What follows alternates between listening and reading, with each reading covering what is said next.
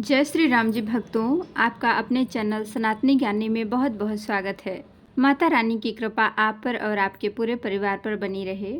तो आज की वीडियो में मैं आपसे बात करने वाली हूँ भाद्रपद मास की अमावस्या के बारे में। भाद्रपद मास की अमावस्या को कुशुद्ध पाटनी अमावस्या भी कहा जाता है। कई स्थानों पर इसे पिठौरी अमावस्या भी कहा जाता है। इस दिन अगर पवित्र नदी में स्नान करते हैं, अगर पितरों के निमित्त दान देते हैं, पितरों का तर्पण इत्यादि करते हैं, तो इससे हमारे पितृ प्रसन्न होते हैं और इनका आशीर्वाद हमें प्राप्त होता है। और जब पितरों का आशीर्वाद हमें प्राप्त हो जाता है तो फिर जीवन में किसी भी प्रकार की कोई भी परेशानी नहीं आती। और भादों के महीने में जो अमावस्या आती है इसे कुशद पाटनी लोग कहते हैं, क्योंकि देखिए ऐसा कहा जाता है कि आज के दिन मतलब शास्त्रों में इस प्रकार का वर्णन है कि आज के दिन कुशा संग्रह करना चाहिए। कुशा जो कि एक पवित्र घास होती है जिसका प्रयोग हम करते हैं अपने पितरों के तर्पण इत्यादि कार्य में या फिर पूजा इत्यादि कार्य में कर देते हैं।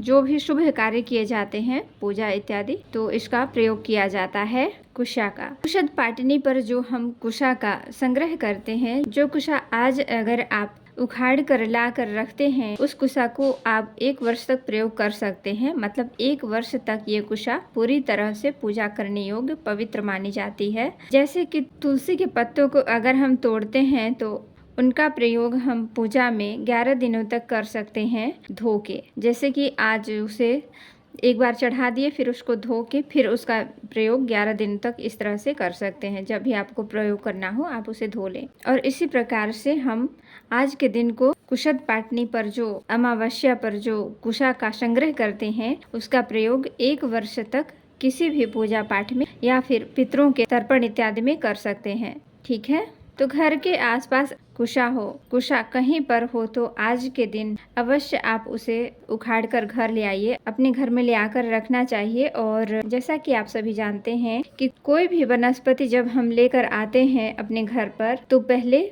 उस वनस्पति को निमंत्रण देते हैं कि आप हमारे घर में पधारिए, चलिए और हमारे जो सभी कार्य हैं शुभ कार्य सिद्ध कीजिए।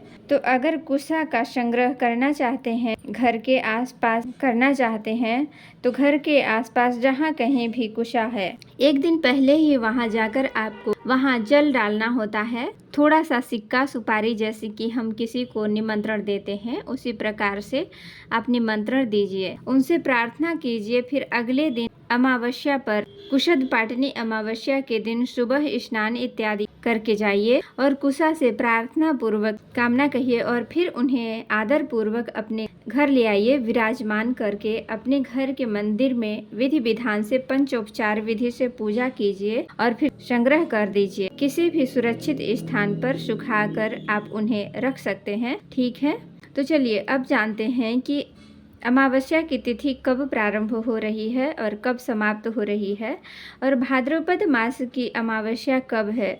तो देखिए इस बार की जो भाद्रपद मास की जो अमावस्या है 22 अगस्त 2025 को सुबह 11:55 पर प्रारंभ हो रही है और अमावस्या तिथि का समापन हो रहा है 23 अगस्त सुबह 11:35 पर। तो ऐसे में सूर्योदयकालीन अमावस्या अगर आप देखें तो 23 अगस्त को मानी जाएगी। स्नान दान इत्यादि का 23 अगस्त 2025 यानी कि शनिवार को किए जाएंगे। या फिर कुशा का संग्रह करना चाहते हैं तो ये भी आप 23 अगस्त को ही करेंगे। लेकिन अगर आप पिठौरी अमावस्या का व्रत धारण करते हैं तो 22 अगस्त 2025 को आपको पिठौरी अमावस्या का आपको व्रत करना है। नॉर्मली प्रत्येक अमावस्या का भी कई लोग व्रत धारण करते हैं, वो भी 22 अगस्त को अमावस्या का व्रत धारण करेंगे, क्योंकि शुक्रवारी अमावस्या है, बहुत महत्वपूर्ण है। धन संपत्ति संतान सौभाग्य किसी भी कामना से अमावस्या का व्रत करते हैं तो आपकी कामना पूर्ण होती है। तो भाद्रपद मास में स्नान दान की अमावस्या 23 अगस्त को है। और बात करें पिठौरी अमावस्या व्रत के बारे में तो पिठौरी अमावस्या का व्रत 22 अगस्त 2025 को किया जाएगा। अब बात करेंगे 23 अगस्त को स्नान दान का शुभ मुहूर्त क्या है। तो देखिए अमावस्या का स्नान किया जाता है ब्रह्म मुहूर्त में, सुबह सूर्योदय से पहले स्नान कर लेते हैं तो अत्यंत श्रेष्ठ होता है।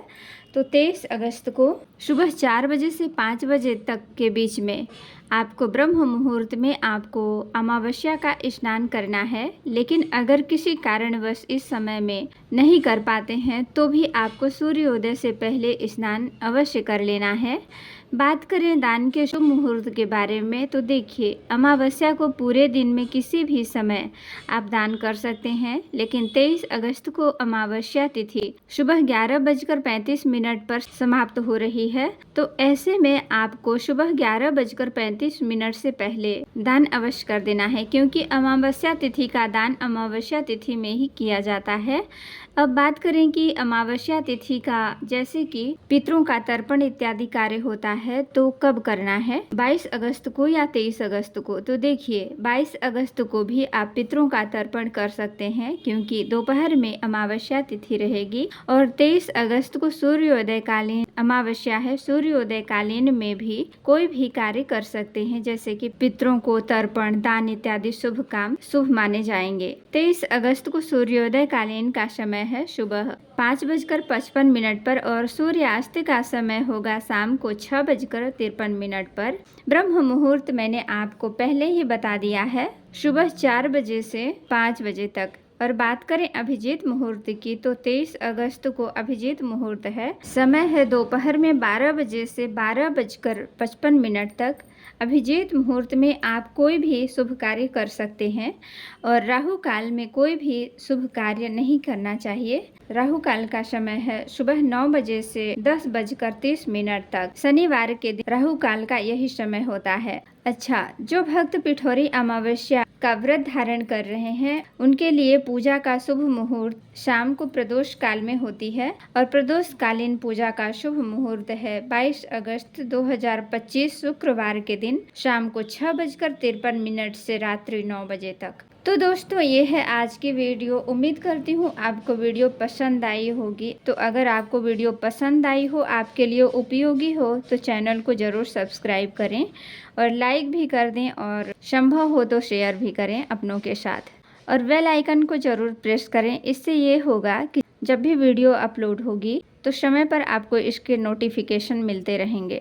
तो जय श्री राम जी भक्तों, आपका दिन शुभ हो।